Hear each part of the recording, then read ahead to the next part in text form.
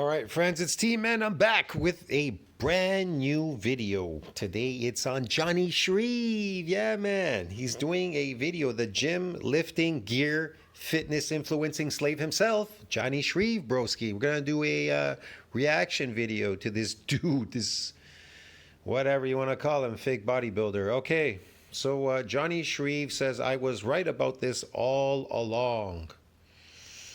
All right, let's see what he has to say. What is up? It's your boy JonniShreve, aka Mr. Tell Like It Is. Today, guys, we're going to talk about why it's extremely important to do the full range of motion for muscle growth. Don't tell me. So you could grow muscle, right? Oh, for muscle growth.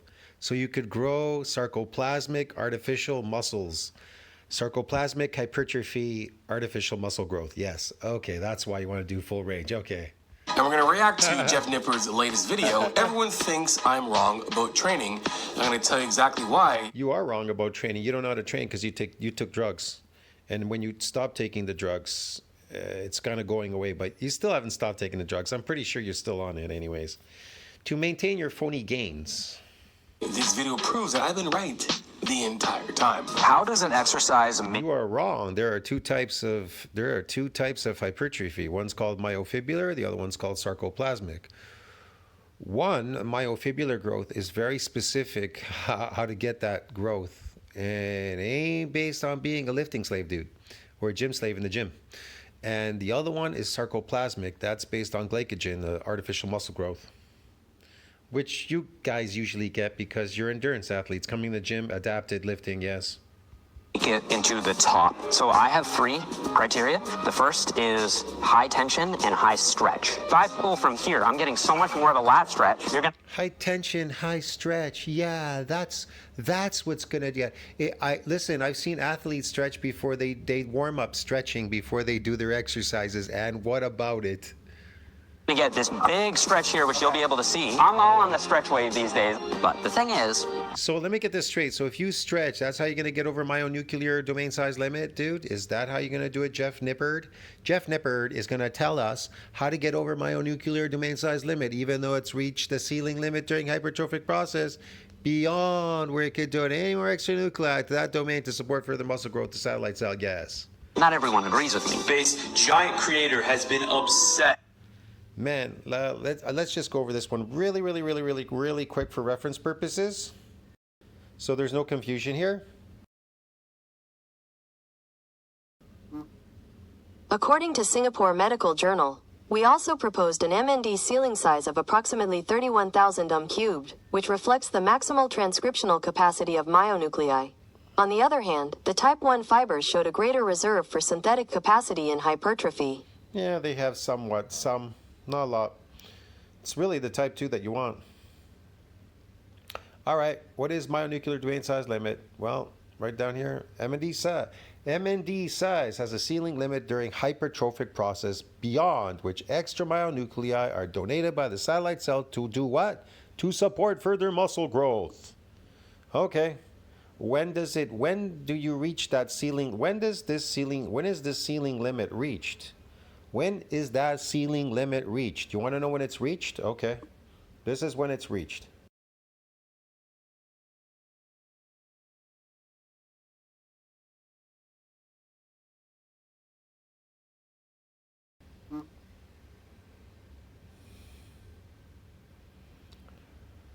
Myonuclei acquired by overload exercise precedes hypertrophy and not lost on detraining. Scroll down. Here it is. Here's when it happens. Untrained, see that? Untrained. First training, satellite cell fusion. There it is, it hypertrophies. That's it. So when you detrain or retrain, there's nothing going on here. There's no more nuclei. It reached the ceiling limit during hypertrophic process. You got him when you were untrained. See that? Want to know why? You want to know why you get him when you're untrained?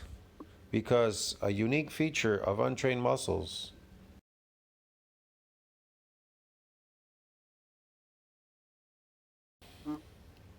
According to NCBI, While concentric contractions initiate movements, eccentric contractions slow or stop them.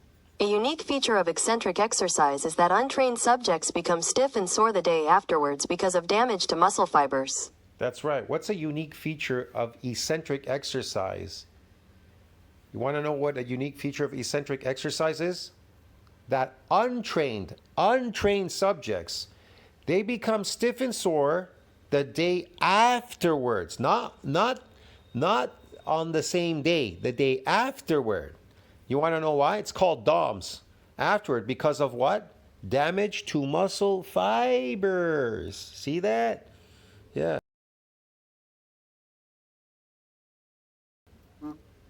According to Physiopedia, DOMS is considered a type 1 muscle strain injury, with a pain-free period of 12 to 24 hours and peak soreness between 24 to 72 hours.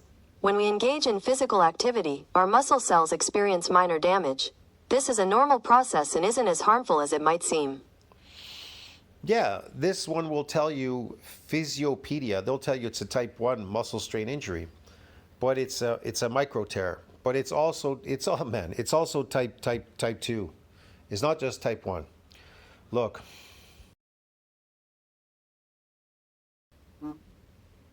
According to Sports Medicine, Springer Open, exercise-induced muscle damage, EIMD, is a transient phenomenon caused by unaccustomed, damaging exercise and is characterized by structural damage to myofibers and secondary inflammation resulting from leukocyte infiltration into the damaged tissues. 1, 2, 3.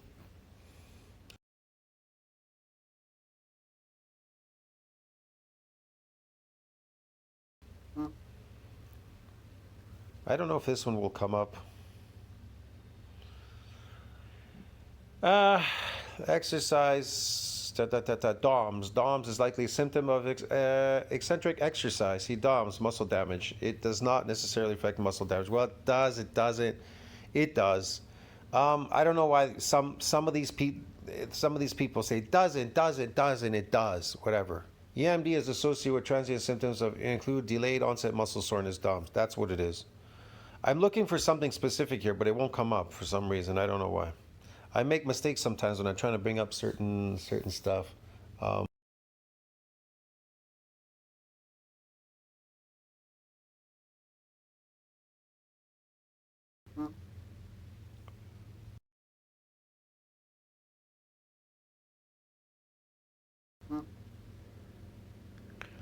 Yeah, I don't know. It's not coming up right now, but whatever. It's not important. So, a unique feature of untrained muscles, a unique feature of eccentric exercise. Eccentric exercise. It didn't say stretching. I got to stretch. Eccentric exercise that untrained muscles become stiff and sore the next day due to what? Muscle damage. And what was that map that I showed you over here? Hold on a second. What was that map?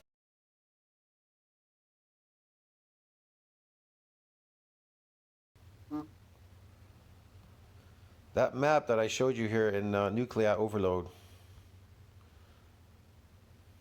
So what's a unique feature of eccentric exercise is that untrained muscles get stiff and sore the next day due to muscle damage. Untrained first trained satellite cell fusion, hypertrophy. And then it reaches a ceiling limit during hypertrophic process. It reached the ceiling limit during hypertrophic process beyond where it could donate any more extranuclei to that domain to whatever.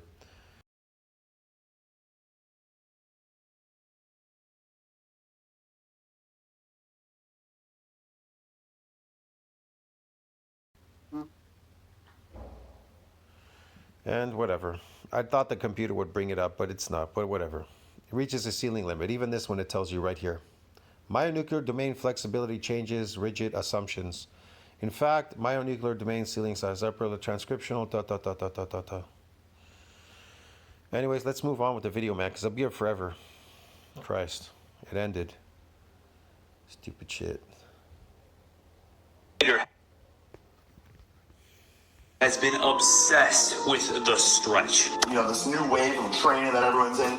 Yes, it's very common now that a lot of people are taking the lengthened contraction as the end-all be-all. Channels like Jeff Nipper, Dr. Yeah, stretch doesn't get the nuclei. Stretches don't get nuclei.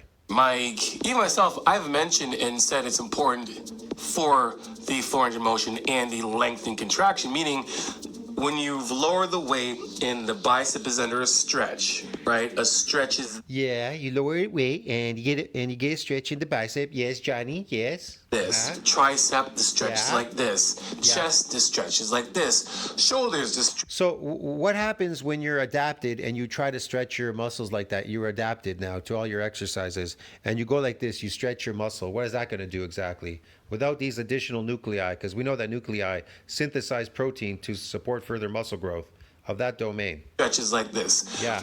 That part of the lift is going So is that what's going to get additional nuclei to support further muscle growth?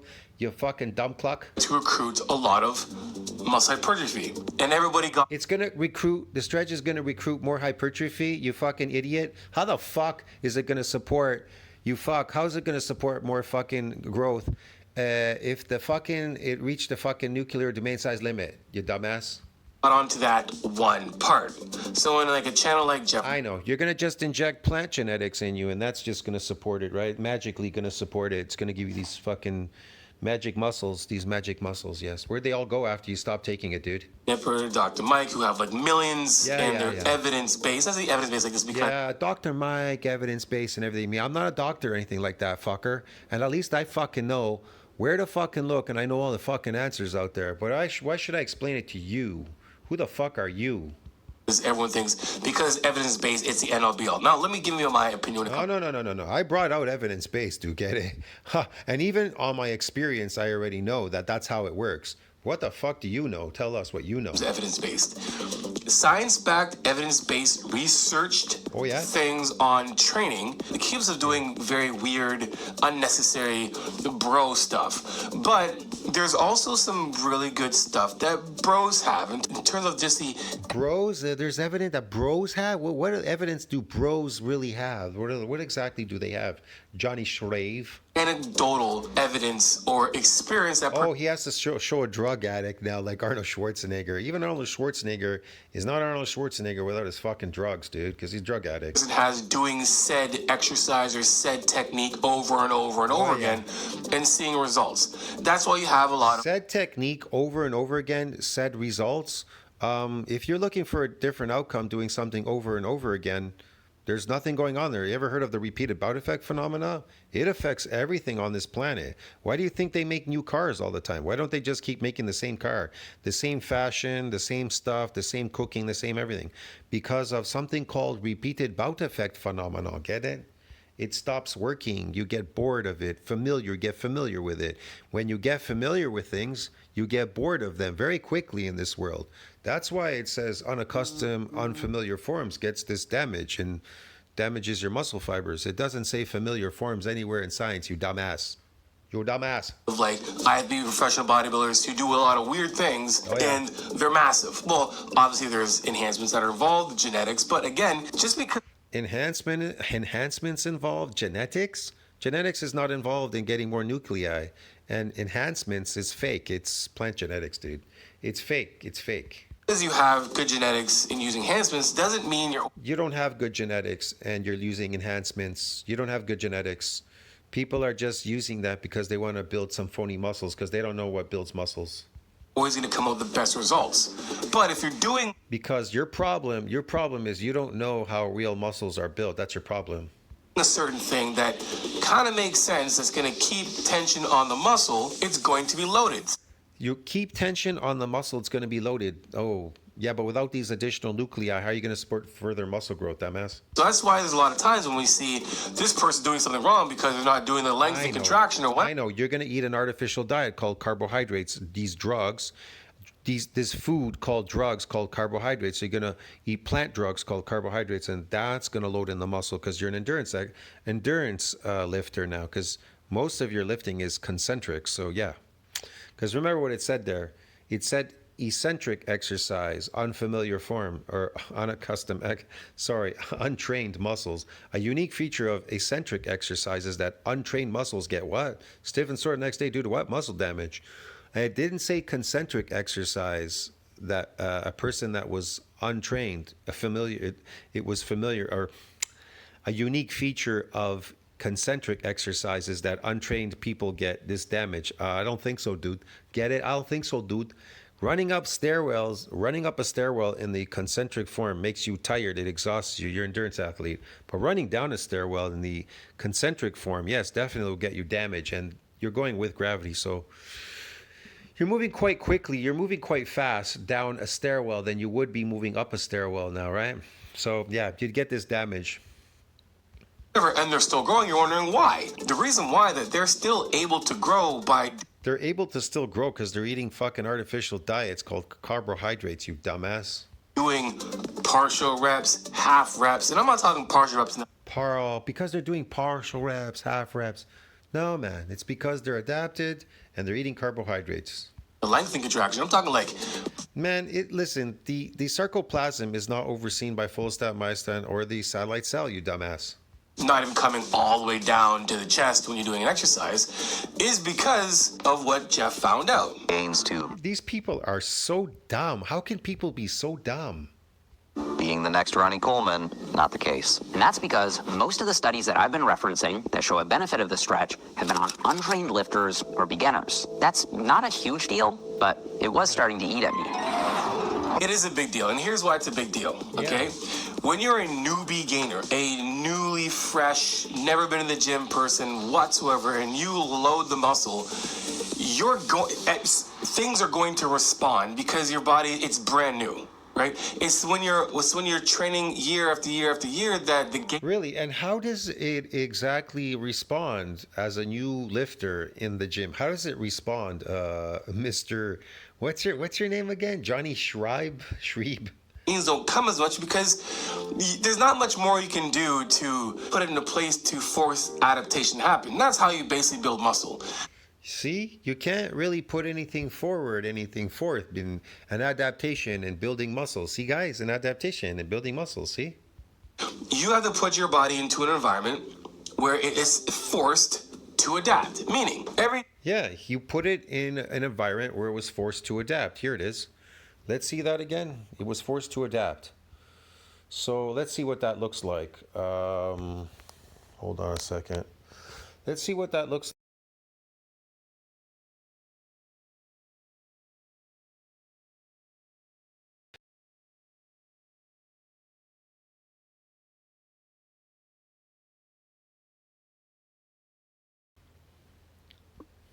Hold on a second.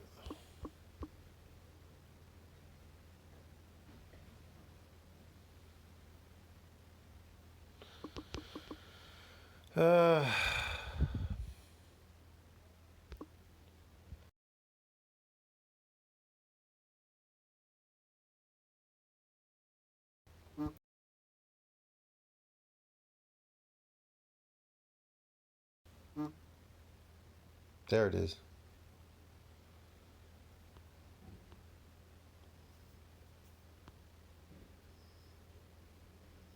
Where is it again? Where's that map? Sorry, I keep fucking up sometimes. There it is. Untrained. First training satellite cell fusion hypertrophy. There you go. Yeah. You got these nuclei, like it says here in this model. This model is connection between muscle size and number of myonuclei. In this model, myonuclei are permanent. Previously untrained muscles acquire newly formed nuclei by fusion of satellite cells preceding the hypertrophy. There you go. And then what happens here? It reaches a what?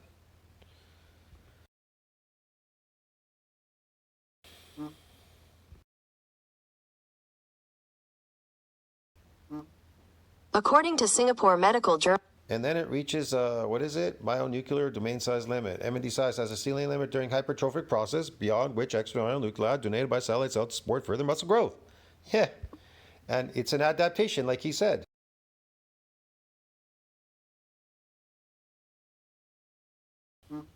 according to NCBI, while concentric contractions initiate movements, eccentric contractions slow or stop them.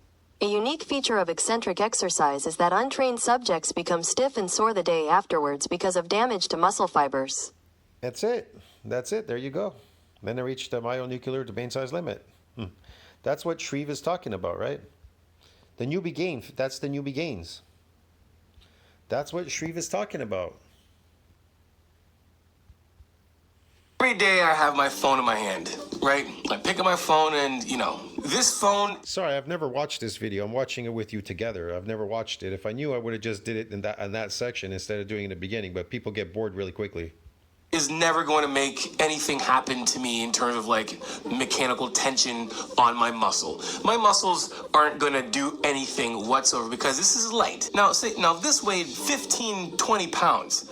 And every time I pick my phone up, like at first I'd be like, man, this is a heavy ass phone. If this thing weighed only 15 pounds and I had to do this with my phone, whenever I'm reading it, do this, all things my body would have to adapt to holding a 15-pound. Yeah, it would have to adapt to holding that. How would it do that exactly? How would it do that, Shreve?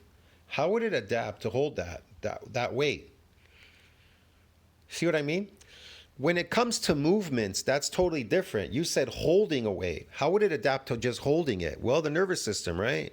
It would recruit some motor units, right? So that's how it adapts to progressive overload. But how does it adapt to movements, rapid movements, repetitive movements on the body, lifting stuff, doing repetitive movements? How does the body adapt? iPhone. But the point is that when something's brand new to the body, you go to the gym. I just showed you brand new, right? A unique feature of eccentric exercises that untrained muscles get what? Stiff and sore due to what? Muscle damage. Okay.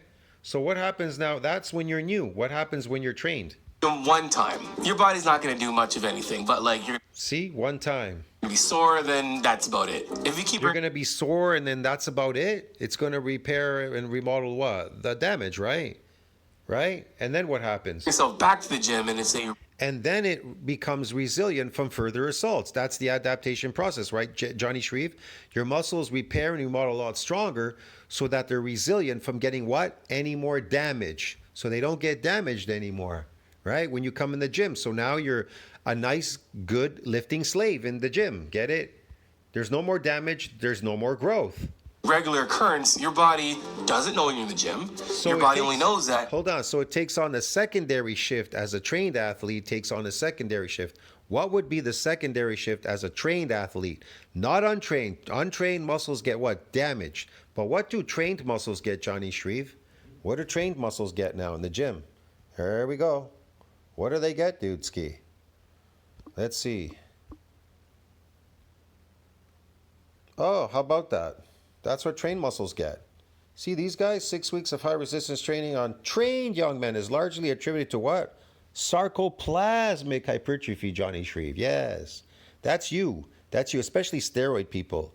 They get a lot of this, sarcoplasmic. That's how they're able to get so bubbly. But it's really cosmetic. The look outside is really cosmetic from the steroids. Okay, so they get sarcoplasmic. What is this sarcoplasmic hypertrophy?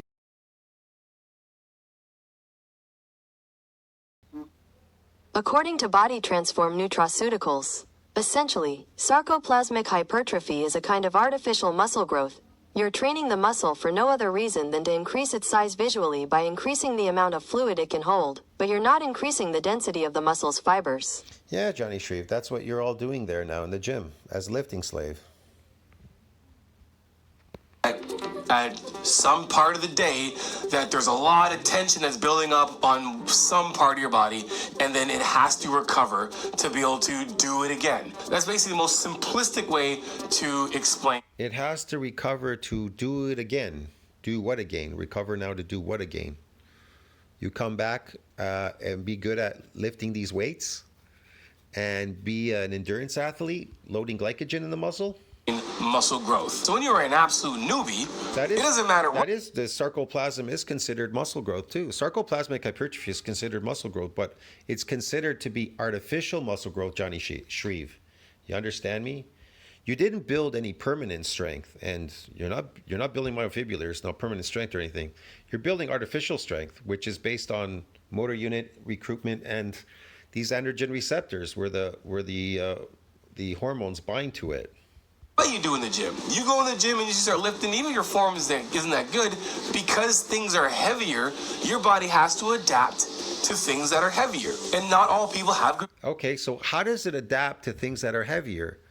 How do muscles adapt to things, to weights? How do they adapt to weights, JonniShreve?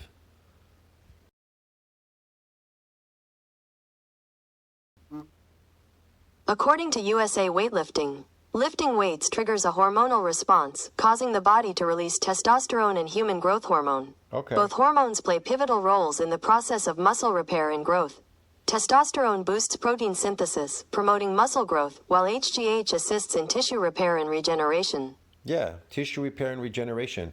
But are you damaging? It didn't say anything about damaging. It says repair and some growth, whatever. I don't know. This could be hypoxia and oxidative because you're adapted now. Remember, untrained, a unique feature of untrained muscles, they get stiff and sore due to what? Muscle damage. It didn't say damage here. Well, it says some stuff here, tissue repair and regeneration. But is that because you got an adaptation already? See what I mean? They're kind of vague here. But I do know there's a hormonal response and all that, right? You know what I mean? When you lift.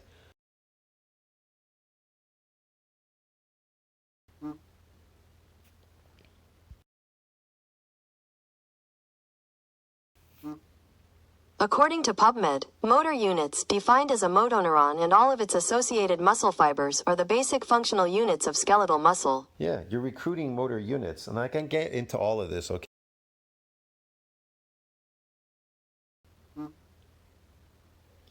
And then this one controls maximal strength. That's where the hormones, they bind to the androgen receptor. So myocytic androgen receptor controls the strength, but not the mass of the limb muscles.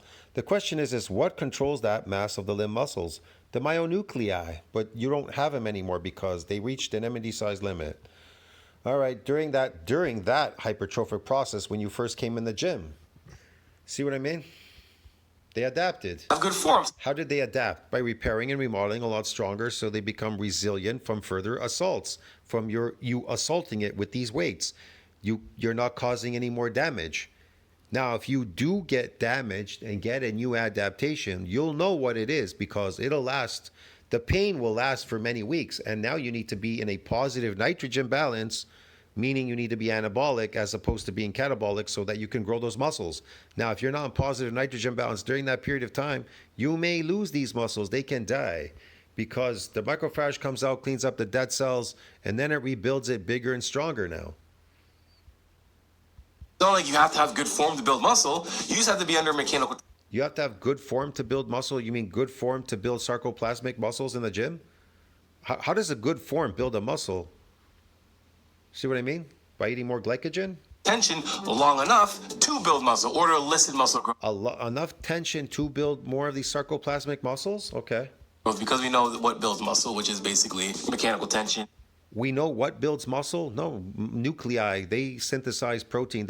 Protein and these nuclei, they build muscles. That's what builds muscles, and these myofibrillars and these contractile proteins, they build muscles. Now, what does tension do? Well, if you're adapted and you're doing tension, yeah, it'll build the sarcoplasmic muscles, right? So it'll help draw more of the, for every gram of glycogen, 3 grams of water drawn between skin and muscle into the muscle, right? Protein, calories. Protein can help. If you're adapted, it's just protein turnover. Sleep, water, right? So those things. Yeah. So it does matter. Yes, JonniShreve, yes. That the studies that he was using are on beginners because no, the studies that he's using, a lot of them are on people that were untrained doing that exercise, because you can be an athlete but you could be untrained doing that exercise. I don't know if I can bring it up because I always post it in my community section, but I always forget how to bring it up in here. So hold on a second, let me see if I can bring it up.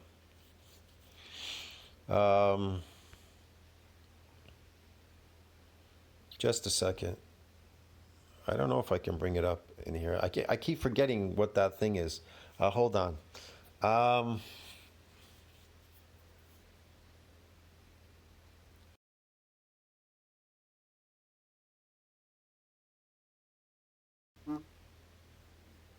Yeah, I don't know how to bring it up. Hold on a second.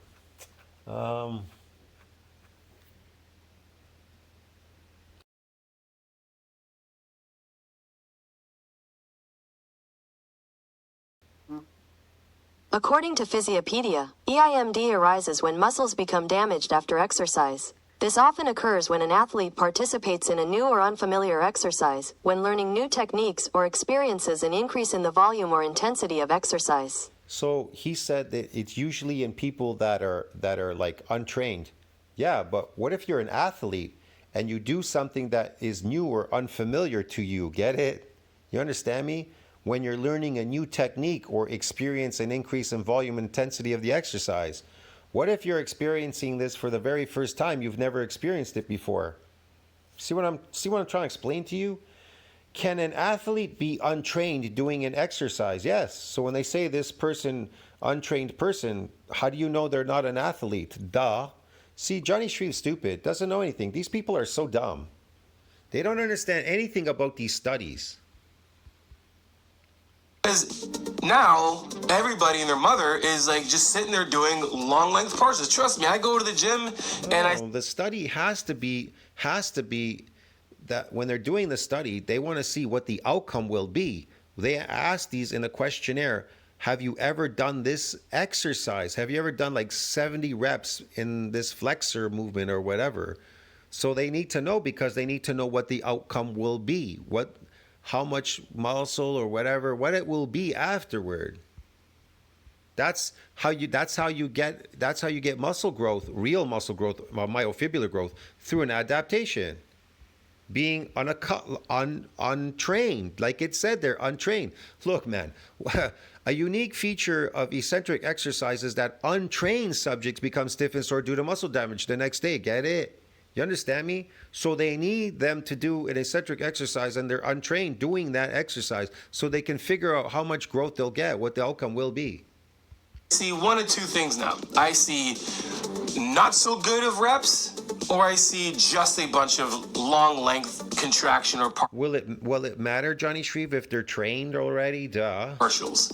Someone's sitting down like this and just doing this, or only kind of being here, Yeah. or sitting back and then whipping weight up and then it just comes down and they're letting it sit down there. Like they're just bypassing the full range of motion. So yes, it does matter. They're bypassing the full range of motion. And why does it need to be full range? 100%. And a lot of things too that you have to take under consideration is that a lot of studies that you guys are being shown when they're flashed on the screen, you're like, oh, you're not reading them. But for the most part, the biggest part of these studies is who they're doing the study on. Are they doing the study on training with trained athletes? Okay. Yeah. Are they doing an exercise on trained athletes? They already know what trained athletes are going to get. They're adapted. So they're not really going to get a whole lot. It's going to be sarcoplasmic growth. If they're trained, Johnny Shreve, the growth they're going to get, like I showed you in that 6-week thing, is largely attributed to what? Sarcoplasmic hypertrophy. And we all know that's a type of what? Artificial muscle growth. It's based on glycogen. It's water. Are they doing the studies on beginners? Are they doing it on beginners, like a person that's never lifted before? Would it really matter anyways? See what I mean? Or hey, Johnny Shreve, are they doing it on athletes that never did that particular exercise, that are untrained doing that? See what I mean? We're focused on the form. And when I was looking up actual studies and I was doing some research on how much are they actually looking at form, the only thing they're looking at form-wise is that person's a trained athlete, meaning that person's been in the gym longer than a newbie. Okay. But a trained athlete can, if they do new or unaccustomed exercise, they'll be exposed to what? Getting these muscles damaged. So they'll get an adaptation in what? Myofibrillar growth, right? See what I mean? Hello? So longer than a newbie in the gym trainer would be considered a trained athlete in a study, or literally just take. I don't know. A trained athlete in a study. A newbie gain lifter would be a trained athlete in a study? I don't know what you're talking about. I'm confused. An athlete. I have coached athletes, and I fix their form all the time. What if they've never done that exercise before? Would their form be really good if they've never done an exercise before, a trained athlete? If you put them on something they've never done before, do you think their form is going to be very good the very first time when they try it? Makes a big difference. And when we go in this video, you'll see that it does actually matter when it comes to. But the question is, how does a good form build a muscle, Johnny Shreve? What type of muscle is what type is being built? Muscle properly to actually give the proper results. And again, there's two types of muscle growth, Johnny Shreve. There's two types.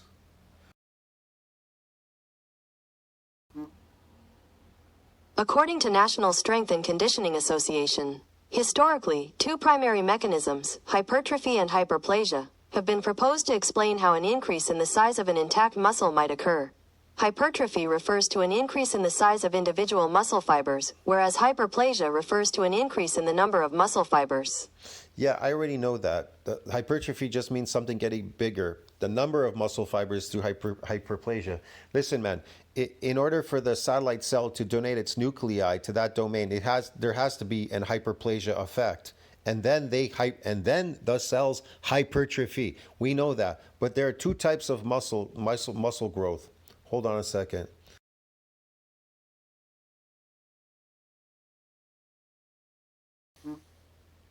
According to Medical News Today, there are two types of muscular hypertrophy: myofibrillar, which is an increase in myofibrils, and sarcoplasmic, which is an increase in muscle glycogen storage. Skeletal muscles connect to the bones by tendons and are responsible for movement. Bundles of muscle fibers, known as myocytes, make up the skeletal muscles. So there are two types of hypertrophy. That's what I was looking for. Never mind the other thing. That's what gets the nuclei, and then they hypertrophy whatever. That's what gets the material, the cells.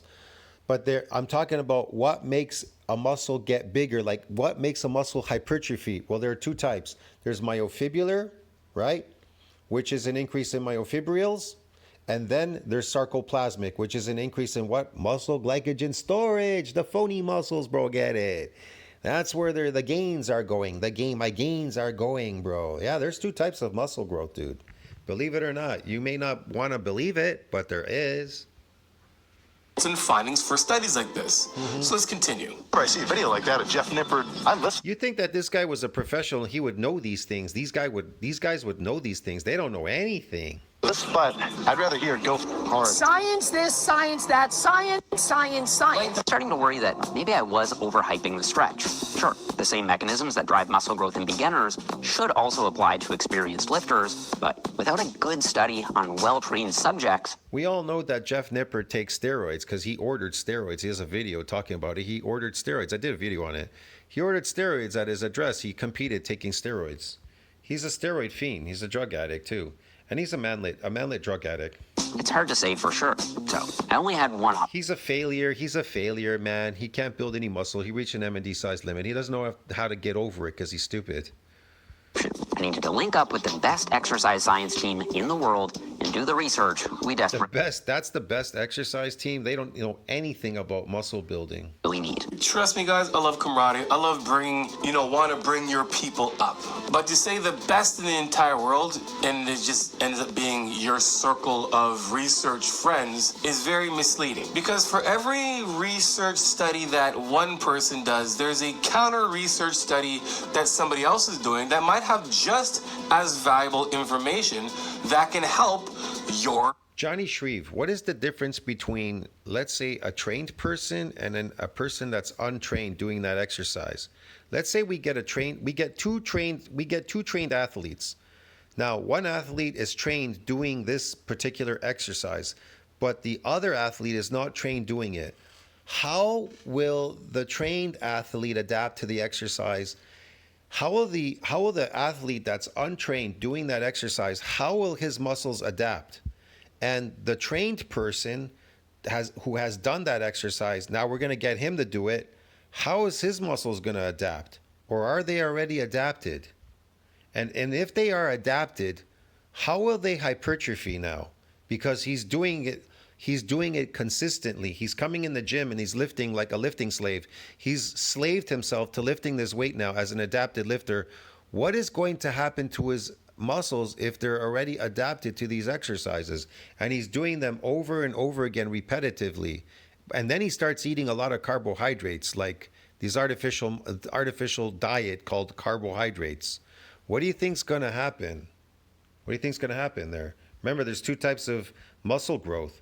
What type of muscle growth do trained athletes get? Remember what it said there? It was attributed to what? These trained athletes? Sarcoplasmic hypertrophy. Okay, so what will the trained athlete get when he does that exercise he's untrained doing? What will he get? What will he get? What type of adaptation will he get? Well, he'll get stiff and sore the next day, right? Due to what? What, JonniShreve? Muscle damage. Okay, So what happens when muscles get damaged? They do what? They go through a repair and a remodeling, right? Okay. Now what happens when that athlete comes in and does that same exercise again with a second bout? What will happen? Nothing. Nothing's going to happen. You understand me? If there's any hypertrophy going on there, it'll be sarcoplasmic. Training. Don't get me wrong. This study was actually genius. I thought it was absolutely amazing. I think it takes complete accountability and making sure that you're putting out the right information. And that's what I see from this video. I see a person that did a study, made a lot of claims about the study, put a lot of emphasis on the study, and then realized that maybe I didn't get it all right there. And let's get the proper results that we're actually looking for. Thumbs up on that. What are the proper results that you are looking for? What type of results are you looking for, JonniShreve? Are you looking for myofibrillar growth, or are you looking for sarcoplasmic? Or are you looking to recruit motor units? Are you looking to adapt to lifting weights like motor units and androgen receptors for force production? What are you looking for? So let's keep going. I flew to New York and kicked off the only study that's ever been done on range of motion in highly experienced trainees. First, highly experienced trainees, range of motion. Well, when it comes to damage, we all know that the eccentric portion is what causes damage, not concentric. We know that concentric is associated with endurance athletes. They do a lot of concentric, their endurance. Especially if you eat carbohydrates, you're gonna really build up that sarcoplasm. as I'm sure you all know, full range of motion is when you go all the way up and all the way down. Partial range of motion Okay, you go all the way up and all the way down. And what is the purpose of that? is when you don't use a full range of motion.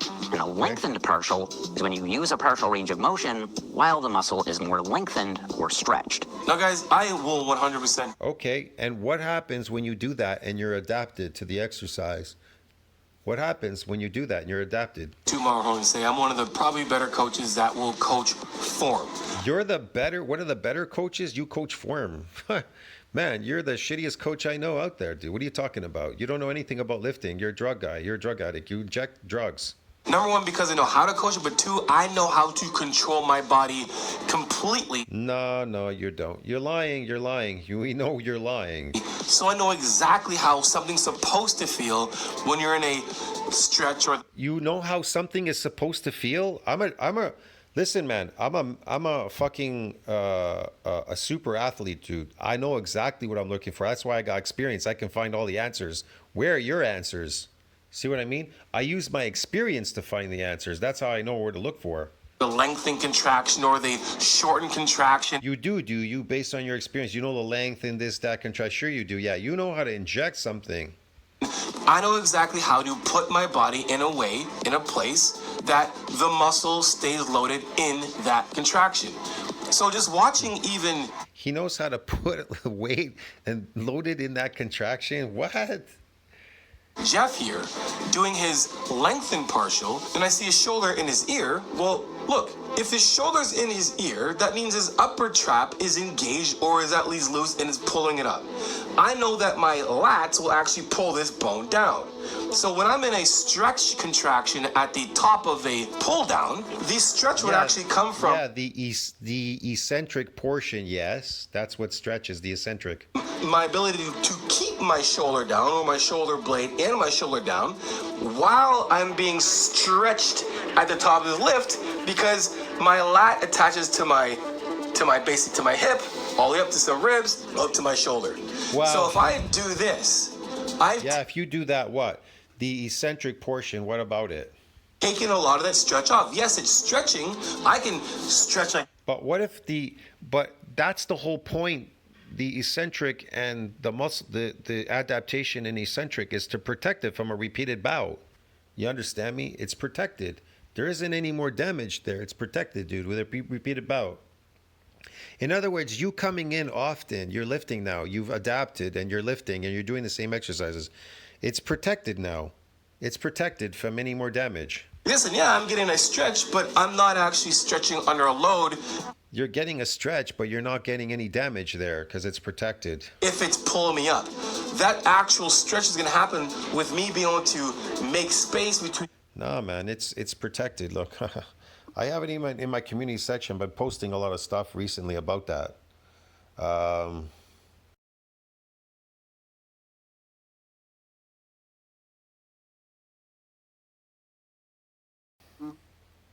According to ScienceDirect.com, muscle-damaging eccentric exercise can provide potential acute adaptation that attenuates changes in the indirect muscle damage markers in the similar subsequent exercise bout.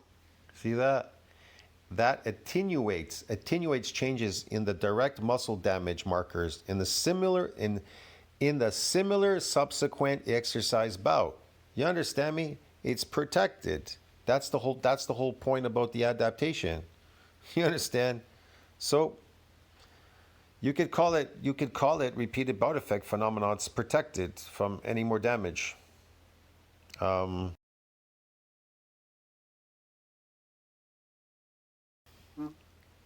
According to American Journal of Physiology, American Physiological Society, this phenomenon is known as the repeated bout effect. These protective effects are produced by low-intensity eccentric muscle contractions or maximal isometric contractions at a long muscle length that do not cause symptoms of exercise-induced muscle damage. See that? There you go. So I can bring up the repeated bout effect phenomenon too, and that'll tell you the same thing. I don't care. Because I don't care about this video and I don't care about educating you. Between the ear and the shoulder and keeping it down while the weight's coming up, and then it's getting... Yeah, but it's useless. You're not getting any more damage there, dude. You're not getting damage because you're trained already doing these exercises. You only ever got that damage in the beginning when you came in the gym. You were untrained. That's a unique feature of untrained eccentric exercises. Hello. They get damaged. Stretched. There's a big difference between this and this. So when somebody's stretching the muscle and they're doing studies on, full range of motion and making sure that the muscles are being loaded properly, their things can be skewed because of a lot of things like little form adjustments. That will make a big difference. Do you know how the satellite cell is activated? It's activated through muscle injury, through damage, And then the satellite cell donates its nuclei to support further muscle growth in that damaged state. Difference in terms of showing the study of what part of the contraction. They fuse with the myofibers so that they can support further muscle growth. But they don't activate just because you're a lifting slave in the gym and you're adapted. And they don't activate because you're progressively overloaded the muscle with weight in an adapted state. Getting good at adapting the muscles to what? Lifting a heavy weight. That's a different kind of adaptation. There are several adaptations taking place in gyms people don't even realize. There are several adaptations taking place there. There's motor unit recruitment. That's an adaptation. There's myocytic androgen receptor, which controls the strength, but not the mass of the limb muscles. And then in the beginning, you get the adaptation in myofibular growth because a unique feature of eccentric exercise is that untrained muscles get stiff and sore the next day due to muscle damage. So untrained, first training satellite cell fusion, and then they hypertrophy. What's hypertrophying? Everything is hypertrophying. Whatever's there, the contractile proteins, this, that. The myonuclei, they synthesize protein. Without them, you cannot support further muscle growth. You need additional ones. Actually has the most importance. Whenever I say shorten partials, you should be thinking big squeeze. Whenever I say lengthen partials... Shorten partials? Shorten? It's concentric. That's not muscle. That's not based on muscle damage. You should be thinking big stretch. Now, to get everyone up to... Yeah, there's a bigger... Why do I need to think big stretch? It's called eccentric. That's all. You're doing the eccentric portion. That's all you're doing there. I don't this guy doesn't know anything. Speed. Before starting our study in New York, there were 5 studies comparing shortened partials to lengthened partials. Comparing shortened to lengthened? Shortened? Just say what it is. Concentric versus eccentric. Eccentric is associated with damage to muscle fibers if they are getting damaged, but then they get protected. How does the muscle protect itself from getting damaged from the eccentric portion of it? It repairs and remodels a lot stronger, so now it's resilient from further assaults. Get it, dude? Yeah. Lengthened partials cause significantly more muscle growth every single time. And there were also... Lengthened partials create more muscle growth in what? Sarcoplasmic or myofibular growth? Why don't you tell us which one? 5 studies comparing lengthened partials to a full range of motion. Which one? What growth? It's protected already, the bottom portion. In the top, it'll get growth. If you're doing full range, you're going to get the pump. You're going to get glycogen. You're eating glycogen. Lengthened partials cause significantly more muscle growth 4 out of 5. Lengthened partials create more muscle growth. But was it in untrained athlete? Was it in these people that were untrained doing that exercise? See what I mean? And were they untrained doing that exercise, so they got myofibrillar growth? Or are these trained people doing the lengthened partial getting sarcoplasmic growth? Which one is it? You don't mention it. At times. Together, this is strong evidence that focusing on the stretch should cause the best gains. So, why are some people... But how does a stretch cause gains?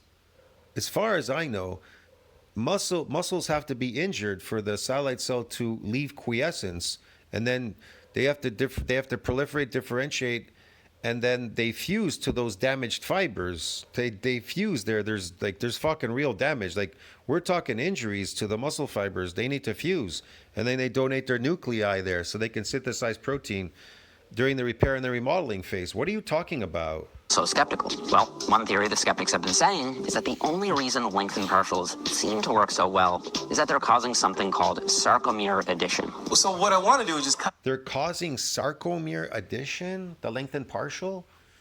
In order to cause sarcomere addition, the sarcomeres have to be damaged. So then those injured spaces, the sarcomeres lengthen because they create more sarcomeres in length and in you can say in parallel, lengthen in parallel. Yes, that's how they do it.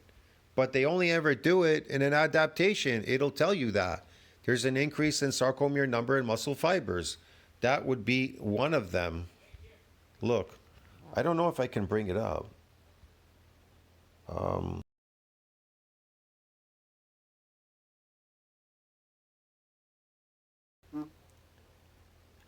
I think it's in this one. It has been proposed that presence of overstretched sarcomeres increase in series. They're talking about overstretched. There's another one. I don't know if that's the one.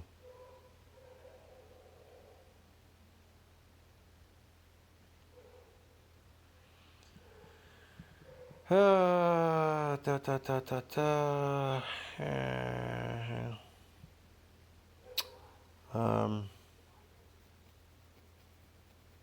don't know if it's this one. I can't remember right now.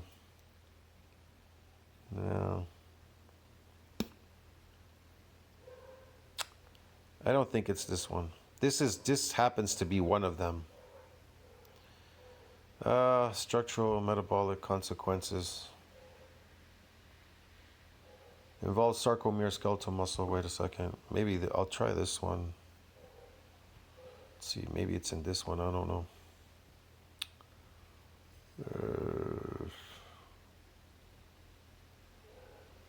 Overview considers possibility of damage, excitation, coupling, other fall in option, tension. I think it's this one maybe. Hold on a second. As well as damage to muscle fibers, evidence of disturbance of... Okay, here it is. So right here at the bottom, a second period of exercise a week after the first produces what? Much less damage. Why does the damage start to attenuate and then go away? With a second period of exercise a week after. But listen to what they said. They said a week after. They didn't say the day after. They said a week after. But we know a day after is already protected from any more bouts, from any more damage. When you get damaged, it protects from any more damage. Right away, there's a protection from a repeated bout, that's for sure. But they still got a little bit more damage. But the first week, they couldn't come back. You want to know why? Because they got damage. They got structural damage. And it's associated with you lose your range of motion, you're in pain, reduced force capacities, a whole bunch of stuff is going on there. So they say here, this is the result of an adaptation process. Get it? Yeah. You want to know what that adaptation process is? Why are you getting less damage? Why is it producing less damage a week after you repaired and remodeled? You come in the second week, but it produces much less damage in the second week. Not to say that there won't be some damage in the second week. Even doing the same exercise, you may get a little bit more damage. You come back and, I don't know, you're just doing something in the second week. A little bit more, a little bit heavier, you're stronger, whatever. But why is it harder to damage? Because This is the result of an adaptation process. How does it adapt? It adapts by repairing and remodeling a lot stronger, so it's now resilient from further assaults. Get it? So one proposed mechanism for the adaptation is an increase in what? In sarcomere number in muscle fibers. See that? So we know that damaged fibers will give you what? Will give you an increase in sarcomere number in muscle fibers. You're gonna grow new muscle fibers. Get it? That's hyperplasia. So, and then the muscles hypertrophy. How? Because they get an addition of these nuclei. So that's the adaptation process. The adaptation process is that there was an increase in sarcomere number of muscle fibers. So you actually grew muscles. See that? That's why these people are untrained. Look, a second period of exercise a week after the first. You doing that exercise, you being untrained. Untrained people coming in the gym or doing something you're untrained doing. So yeah, that's what they're talking about here. This leads to a secondary shift in the muscle's optimum length for active tension. The ability of muscle to rapidly adapt following the damage from eccentric exercise raises the possibility of clinical applications of mild eccentric exercise, such that for protecting a muscle against more major injuries. Yeah. Protecting it from any more damage, and then if you're protected from any more damage, you can't build any more myofibrillars, any more muscle growth. Look, all forms of exercise, if carried out vigorously enough, can become painful, yeah. But only one form of exercise, eccentric exercise, if we are unaccustomed to it, leaves us stiff and sore the next day during eccentric exercise. The contracting muscle is forcibly lengthened, yeah. But they said unaccustomed, forcibly lengthened. Get it? One commonly encountered example of eccentric exercise is downhill walking. Yeah. As we step down the slope, the contracting quadriceps muscle controls the rate of knee flexion against the force of gravity. And in the process, the muscle undergoes an what? Eccentric contraction. With each step immediately after the exercise, there is no pain. This sets in several hours later and peaks about 48 hours. It is thought to result from muscle damage produced by what? Eccentric exercise. But what did they say here? They said, they told you right here in this report, it says if we are unaccustomed to it, get it? Going downhill. They didn't say accustomed, dude. You understand me? Yeah. An interesting and important feature is that is the adaptation process. A second bout of eccentric exercise a week after the first leaves us much less stiff and sore. Get it? The ability of muscle to rapidly adapt to the damage from eccentric exercise to prevent further damage provides the opportunity for a number of clinical applications. Did you hear what they said? The ability of muscle to rapidly adapt to the damage from eccentric exercise to prevent further damage provides opportunity for a number of clinical. So you understand me? You're prevented from building any more muscles. You get it, broski? Yeah. Even here they tell you unaccustomed. Unaccustomed. Look, some indicators of damage from unaccustomed eccentric exercises. Are they accustomed to doing these exercises? Are they unaccustomed to doing them? This Jeff Nippard and all these people? You understand what I'm trying to explain to you, dude? No, they're not. They're accustomed to doing these exercises. And they're trying to stretch muscles that are accustomed to doing these exercises. They already went through an adaptation. They're resilient from further assaults. Get it? Kind of go through the video a little bit and show you what I mean by some of the findings could be skewed by form. We're looking at a lengthened contraction in this. So we have one person here who's doing the full range of motion on the left side. And then we have another. You see how dumb this guy is? He doesn't even know where to look for the answers because They're the same too stupid. Person doing the partial. Now the full range of motion on one side looks like that, and the other side you can see that he's like this and like this, and trying to do a lengthened contraction. The lengthened partial in a vertical chest press machine to make sure that that's just gonna make him tired. And anyways, he's probably adapted to doing these exercises. Is he unaccustomed to doing that movement? This is getting the load. We want to make sure the shoulder stays down just so everything can come back and push forward. Anyone to argue and say that this is completely fine to push is just completely lying. Once his muscles are adapted, how do they adapt to the weight? Well, motor unit recruitment and androgen receptor recruitment. So now you're a lifting slave. And trying to make excuses for bad form. So you can already see here that the form is a little off. Now, that's not the main part of this. Who gives a shit about the form? What does that matter, the form? As long as he doesn't injure himself. To show you guys that when it comes to studies with people that are trained athletes, they're making the same mistakes as some clients that I get that are brand new. So you have to... Trained athletes. Yeah, I don't know. What about it, man? What about it? always take these things with a grain of salt. Now, let's just get to the findings and get to the point I'm trying to make in this entire video. So you're already using ChatGPT. On the net aggregate of muscle hypertrophy, should you still be biasing the majority of your training into lengthened position? Yes. So, with these leaders from the scientific community behind us, we started our study. Right, this is just even there, right? He's doing a lengthen These guys are so dumb, man. or a partial lengthen contraction. This is not good. That's not like, you know what I'm saying? Like if you're looking at this, All 30 subjects. the person's shoulders up. You can even see that the chest isn't down. That just you can see this in the side of the shoulder. We're not getting all things. Then we have someone sitting all the way back doing this. Like you can see the difference, right? These are well-trained athletes. Does it really matter if if they're unaccustomed to doing that exercise? Unaccustomed means untrained. If they're untrained doing that exercise, they've never done it before, they're unaccustomed to doing it, they're gonna get this damage. But if they're accustomed to doing it, dude, already, they already got a repair and a remodeling, they're newbie gains, then it ain't gonna happen with a repeated bout. And I'm not gonna explain how to bring it back either. Athletes I that don't are doing care. a study to prove otherwise that either the full range of motion is more important or the length of contraction is more important. None of them are important. What is important, like it said there in science, if you are unaccustomed to this exercise, a unique feature of eccentric exercise is that an untrained muscle will get stiff and sore the next day due to what? Damage. That's what. JonniShreve. And every exercise I've seen so far, if I was coaching them in person, I would have to adjust their form so they can actually get that load on the muscle that they're actually trying to target. Okay, and do what, JonniShreve? You're gonna get them to target the muscle, and to do what?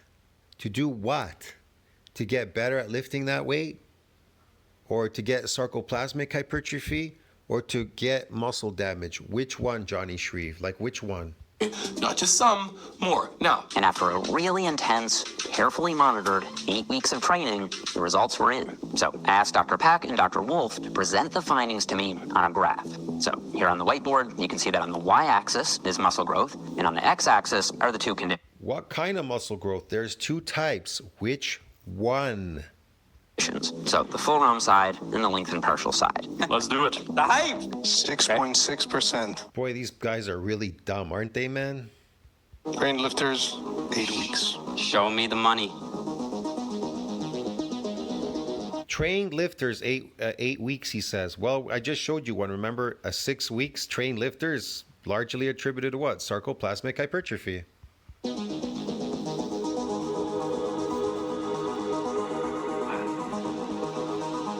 Okay, so I mean, is it 5.9. is it safe to assume that is basically the same? No difference. it is absolutely no difference, and Jeff makes a really, really good point here to show you why there's a difference, because a lot of you guys might watch this or got to this part in the video, they're like, hey, that means that the full range of motion is... No, it means there's no difference. Here's why. The graph, you might think Adaptive. maybe full range of motion did. You mean there was no difference, you mean in myofibular growth? Because they're adapted. They're adapted. And maybe they didn't even eat glycogen, so they didn't get any sarcoplasmic hypertrophy. I don't know. So here's full ROM and here's lengthened partial, but they're adapted. Because he doesn't really tell you, were they unaccustomed to doing this exercise or are they adapted? A bit better, but it didn't. I mean, this is what the graph looked like for the biceps. Here, it definitely looks like lengthened partials came out on top, but no, there was no statistically significant difference here either. That's You because want to know why lengthened partial came out on top? Because they did the full rep. They were able to draw more glycogen into the muscle because Remember, it's endurance. Concentric is associated with endurance. So doing the full range, bottom all the way to the top, you're dragging the weight to the top really high up. So that's fatiguing the muscle and it's getting tired. It's endurance. So you're going to grab more glycogen in the muscle. So it should get bigger technically. Because you need to account for random variation, genetics, measurement error, etc. Now, when you look at the non-statistical significant difference, that's the thing I'm talking about that affects a lot of studies. The random variations, genetics, and errors. And a lot of the random variations are going to be from not good form. Here's what I want to make sure you guys understand why I Not good form has nothing to do with that whatsoever. always say that the full range of motion is the important thing. You guys hear me saying in all videos. But why is full range important? It never says anywhere that full range is important. It says the eccentric exercise. If you're running down a stairwell, are you doing full range of motion running down a stairwell? Absolutely not. Issue control. What is he talking about? Bro, if you run up a stairwell, are you getting full range of motion going up a stairwell? Pretty much, yes, full range. You're going to get exhausted running up a stairwell. Now, if you run down a stairwell, are you getting full range of motion? No. You're getting a partial range of motion. You understand me? And most of the downforce going with gravity is the eccentric portion. Yeah. So you need to look at it like that. The first 3 inches coming down, the first 3 inches going up. I went and did my own research. When it comes down to full range of motion, the reason why it is important is because of this. Why? I went and researched. I'm like, is there any difference between me doing a full range of motion? Say I'm lowering the weight for 4 seconds on the way down, and then 2 seconds at the bottom, and then coming up. Would that be the same as if I just sat there 6 seconds holding the weight in that lengthened contraction? Or if I just lowered the weight for the same amount of time, but only in that range of motion? Is there a difference? And there is a difference, and here's why. The negative part of the lift, when you see say Dr. Mike and he's training and he kind of almost sometimes bypasses the negative. He'll do a set, he'll be like this, he'll be like, and The negative? What are you talking about? The eccentric or concentric part? it'll drop and then he'll pause and he'll do this and he'll literally kind of pop his arm, come back. The negative, right from the start, starting from the top all the way down slow. Okay, I guess he's saying the eccentric is the negative. First, to increase tension. Mechanically loading the muscle eccentrically starts to drive muscle Yeah, it starts to drive what? hypertrophy high. Number one. It drives muscle hypertrophy high doing that? No, it doesn't. It drives it. What happens in the lengthened or whatever, the negative, what he talks about negative, the eccentric portion is that if we are unaccustomed to doing it, the muscles will get damaged and then they'll go through an adaptation. There'll be an increase in sarcomere number in muscle fibers, parallel length, and some donation of nuclei and stuff to support muscle growth in that adaptation in hypertrophy. You understand me? If you are unaccustomed to doing it. Yeah. Which means untrained, the same thing. 1. 2, the distance and time that it takes to go all the way down into the lengthened part of the lift. By the time it gets down to the lengthened contraction, tension is extremely high because 1, the negative, the time it gets down, and the distance it takes to get down. Yeah, but what happens if you're adapted to it? What happens? What happens if you're already adapted? See what I mean?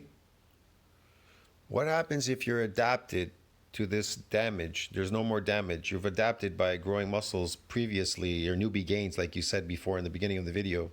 2, this contraction will make the muscle contraction at the bottom at its highest in terms of tension. Meaning there's a crap ton of hypertrophy happening right now. Hold on. He says there's a crap ton of hypertrophy happening right now in the eccentric portion. We all know that in the eccentric portion, if you're unaccustomed, it damages the muscle fibers, but now it's resilient from any more damage. He says you're getting hypertrophy. Hypertrophy means something is getting bigger. So how is it hypertrophying because you lengthened your arm? How does it hypertrophy? Is it drawing water in there? Is that what you're saying? When you lengthen it, water's drawing and hypertrophying the muscle? I think that's what he's saying.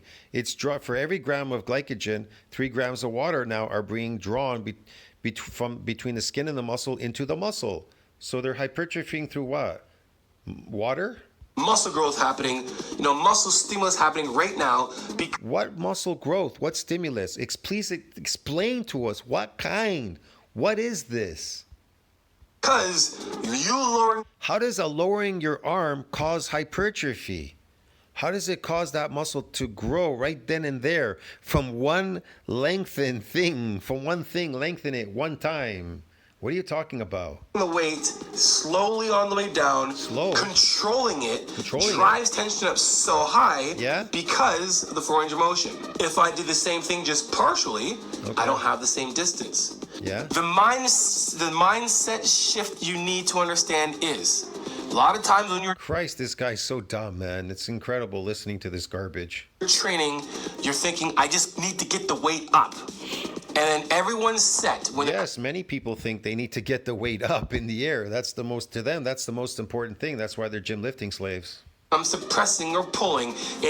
I got to get the weight up. Then it's done, their set's finished. The point of the contraction, the point of the positive contraction is so we can get the eccentric load or the negative full distance into the lengthened contraction. Yeah, it is important, but it only happens in an adaptation. That's called exercise-induced muscle damage training. That training is specific for muscle damage. So you could build more sarcomeres and whatever, and muscles and nuclei and a bunch of stuff. Okay, man. This is just funny to listen to, bro. This is so dumb. So we get the most amount of tension. Okay. You'll get more tension, more muscle stimulus, 4-second negative, and then a 2-second pause down here than you would coming from only. How's that working for you? How's that working for everybody else in the gym? Why do you have to inject plant genetics if that's how it works, JonniShreve? If that's the driver of hypertrophy, what you just said, that if you just go like this, your muscles hypertrophy, well then every time everybody does this, then the muscles should be hypertrophying. How come they're not hypertrophying, JonniShreve? How come they're not hypertrophying? Why aren't people getting bigger in the gym? Why do they have to take steroids then? Because they gave up. They're not getting bigger. They hit their genetic limit, hard gainer, whatever. A quarter of the way. That's basically what happens. The entire contraction is important. The positive But he doesn't really tell you why. Why is it important? Contraction is so that we can get to the full range so we can control the negative. If we cannot control. So we can control the negative, but what if I go partially up and then I control the negative going down partially from the midpoint down? The negative, and we're getting down to a place where we can't really we can't hold weight anymore because it's that heavy. Well, we won't be able to do the positive contraction. The purpose of us getting it all the way up. Yeah, that's the whole point. That's why you're able to load more in the eccentric contraction. You're able to handle more load because you're going with gravity. Gravity's pulling the weight down. And so whatever direction it's going, it's pulling you. That's the whole point. You want as much weight to pull you down, but controlled, get it? So you don't need to go all the way up, because if you're looking to damage muscle fibers, it needs to be controlled. But he keeps saying you're growing muscles going down. I never heard that before. I know controlling it will cause damage to the myofibulars. He doesn't say anything about muscle damage. He doesn't show any proof or anything. He's just making up a bunch of shit, bro. Is so we can create the most amount of tension from the furthest distance and the longest time to build the most amount of muscle. No, it isn't. What we're trying to do is we're trying to put the most maximal load on the eccentric exercise so that we can get the most muscle damage in the muscle fibers, the most micro injuries to the muscle fiber, so that we can get an adaptation in sarcomere numbers, myofibular growth, whatever you want to call it, contractile proteins, and a donation of these nuclei to support further muscle growth, you dumbass. Into the lengthening contraction. Next. He wants you to do that to grow muscles. He says it's going to grow it. It doesn't. look, man, Christ, the eccentric exercise is known to damage muscles. It doesn't grow muscles, it damages it. Now, the concentric movement going all the way up to the top, the pump, when you're pumping your muscles upward, you're drawing a lot of this glycogen into the muscles, eating an artificial diet called carbohydrates. That will grow your muscles through sarcoplasmic hypertrophy, definitely. But doing the eccentric portion is always associated with what? With muscle damage. Yeah. And so, man, it's not damaging anymore because it's adapted now by repairing and remodeling a lot stronger. Time you go to the gym and you're like, do I have to do the full range of motion? You do. Because if you want to get the best of all worlds, the full range of motion is going to be the best option. Now, if you're a beginner, the full range of motion is still important. Why? Because more time under tension for a longer distance is going to be better for you to learn how to actually move the weight. If we're bypassing parts of the contraction, how are you going to learn how to use your muscles properly to be able to control the weight you're using? We want to strengthen the entire range of motion, not just part of it. And from this video here, which is absolutely amazing that he did, we know that in beginners, you're gonna grow. Full range of motion is king. And you beginners, you're gonna grow. You're gonna grow, man. This guy just made up a bunch of shit with no proof. Use that, get better at lifting, get better at lifting. See, that's what you're gonna do. Get better at lifting, dude. Smarter at lifting, have more control at lifting, and build more muscle. Yeah, sure. Okay. This was really hard. This is painful to watch and listen to this garbage. When you're lifting. Anyway, guys, hope you enjoyed the video. Until next time, you know how it is. He didn't really tell you anything. He said that if you go like this, you're gonna build muscles. If you do full ROM. If you do full ROM, you're going to build muscles. So go out there and do full ROM, guys. The muscles are going to magically hypertrophy doing full ROM. There you go, bro. See how easy it is to build muscles? You don't need steroids. Just do what JonniShreve told you to do. See you in the next one. Ciao, friends. Don't you think about that? Like, subscribe, support the channel. See you in the next one. Ciao. What garbage.